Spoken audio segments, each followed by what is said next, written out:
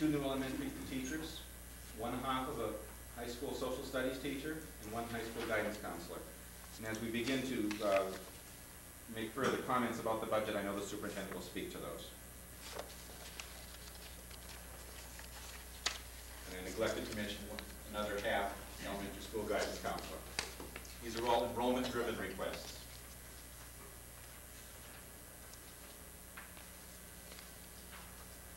Because salaries comprise 79% of our budget, when we wish to maintain our staffing complement, most of the cuts end up on the expense side.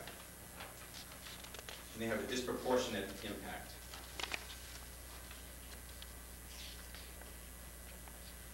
The kind of expense cuts shown on the Scenario 2 budget are rather drastic. As I stated, they are in the 25% range over the current fiscal year. And in all candor, we need to share with you the fact that the kinds of cuts that are shown in there will affect the acquisition of textbooks, supplies, will affect athletic funding, and affect busing in some fashion.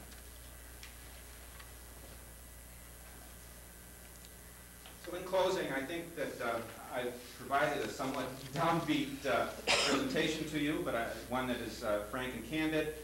I think that in this budget we've tried to cut expenses where we feel we can. At the same time, we're trying to make sure that all the pieces of the puzzle come together so that we can maintain what we think is an outstanding system. And we look forward to hearing from you and discussing this budget further.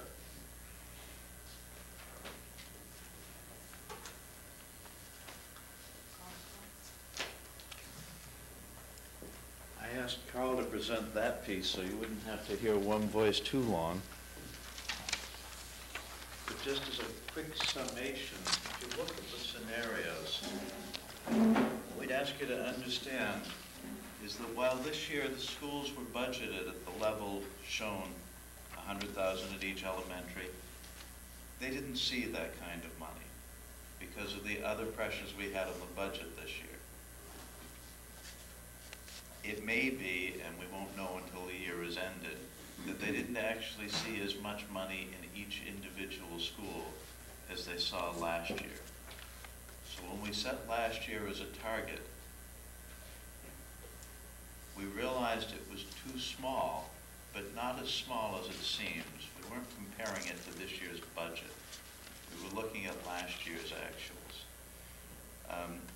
The numbers per school are adjusted slightly as their enrollment shifts. Sometimes one school picks up a couple of students, sometimes one loses a couple in the relative relationship.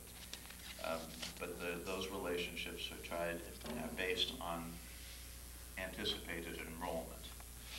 And the last thing I'd point out in this little summary, if you look at the salary line, if we were to have to cut more money from the budget, we are unanimously agreed that there just isn't any other place except in salaries that it could come from.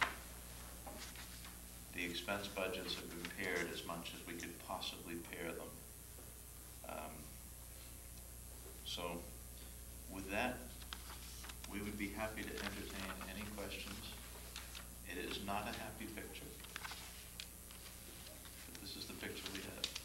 What would could you give me an estimation of the class sizes at each of the schools, Batchwood, middle school, and high school? What your projected numbers are? David has already put that together. Sure.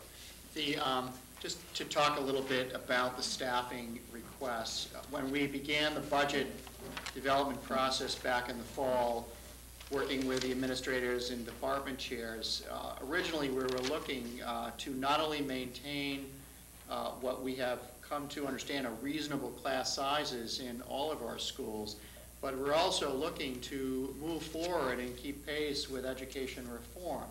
So in that preliminary budget, you will actually find in that original budget, in addition to 2 elementary classroom and the counseling positions, we were recommending that there would be positions for reading at the elementary and middle school level. These are critical areas if North Reading wishes to continue to keep pace with the literacy focus on the MCAS test.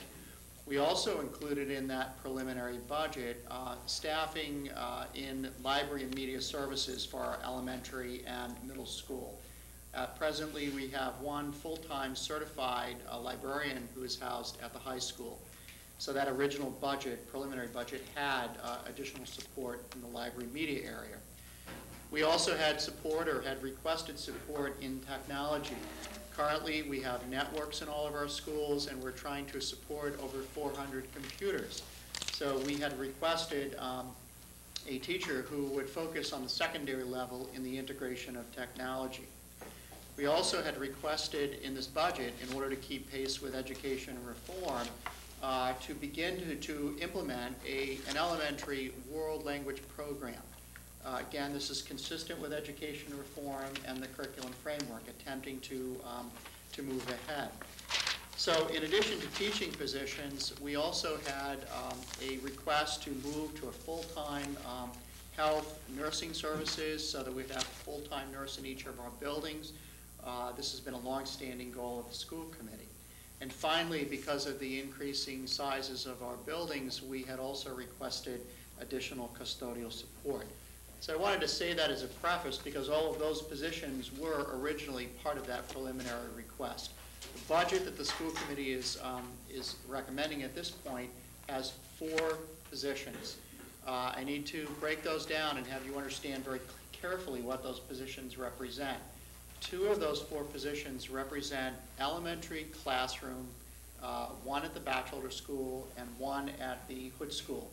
The reason for that request is because the number of children coming into the school is growing, into those 2 schools, the number is growing faster than the number leaving.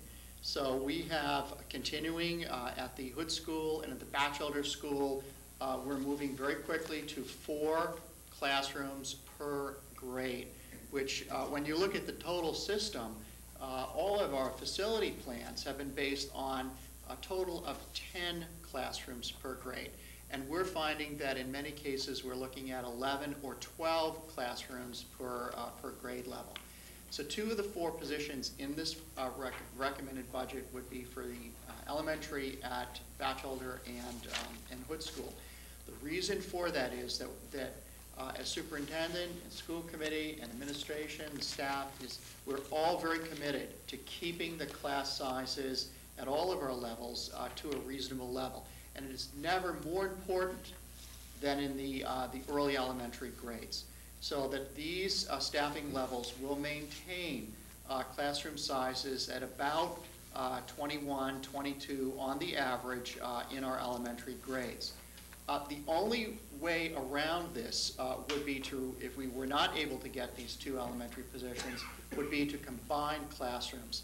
You can do that, certainly. What you will end up with are classes of 29 and 30 or above. And we simply, if this is the end, this is where we're going to draw the line in terms of maintaining a very reasonable class size at our elementary level. I can't paint the same kind of picture at our middle school and our high school. The numbers begin to climb. We will see, even in our middle school in 6th grade this year, class sizes of 27, 28, and 29 youngsters. And in our high school, some of our classes would be in the upper 20s and perhaps occasional one over 30. We also have classes that are in the teens in our high school, and that is driven because of an elective program where students are taking courses from advanced placement to a wide range of departmental offerings. And if we intend to be a comprehensive high school, then we need to be sure that we are providing adequate sections. So 2 elementary positions. Another position of the 4 is a .5 high school academic history social studies position. It is not a new person. It is simply to move from a half-time position to a full-time position. And we think in the school department very long and very carefully about the impact of not only on our budget, but the long-term impact on benefits. So even here in this half-time position, it is not an added benefit in terms of benefits package because that individual is already employed. Another half-time position would be actually not a new individual, but to offset a half of a elementary guidance counselor position. Currently in our elementary schools, we have a half-time guidance counselor that is funded under a grant. We've been doing that for a number of years.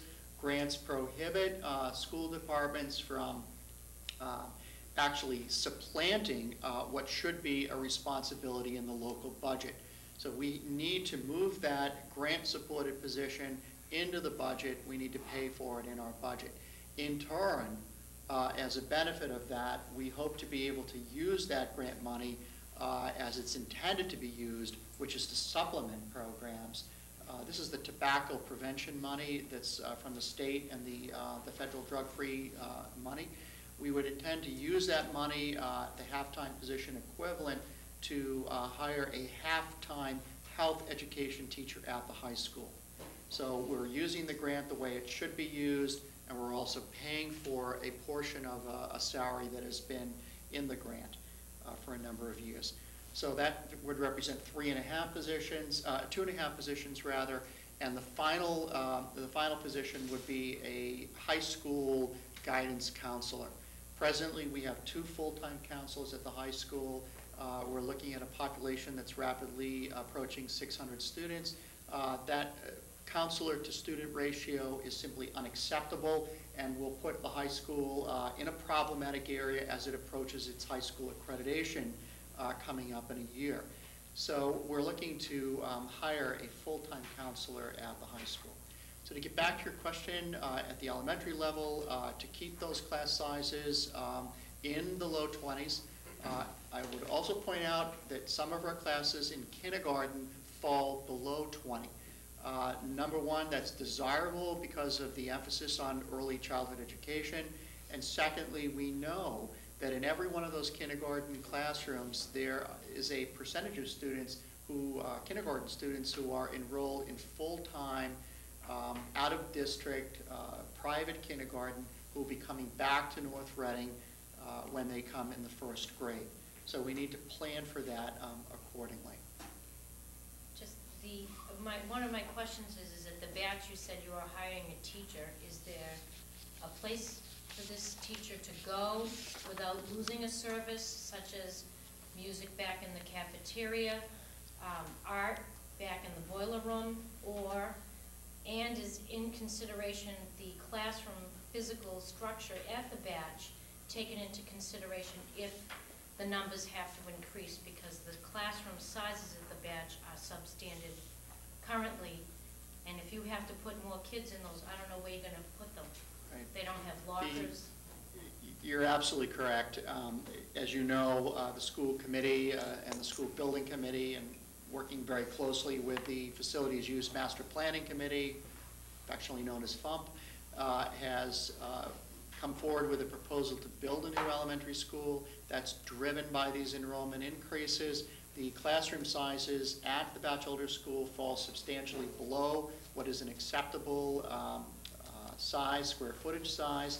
There's no room for storage, no room for project development. Next year, with this additional regular classroom, we will be taking the current library and we will be cutting it in half and be using half of that facility for a regular classroom. That problem will continue on into the future. We, as you know, installed 4 modular classrooms at the Batchelder. This is now in its third year, actually. And we see that going on into the foreseeable future. We are also entertaining at this point the potential to open a special education class. We're not quite sure where we would put that. One possibility would be to locate that at the Batchelder School. I simply don't know where that would be. The problem is not unique just to the Batchelder School. We continue to house additional preschool classroom, mandated preschool classroom at the Little School. Ultimately, in our plan, we would have preschool classes in all of our elementary schools.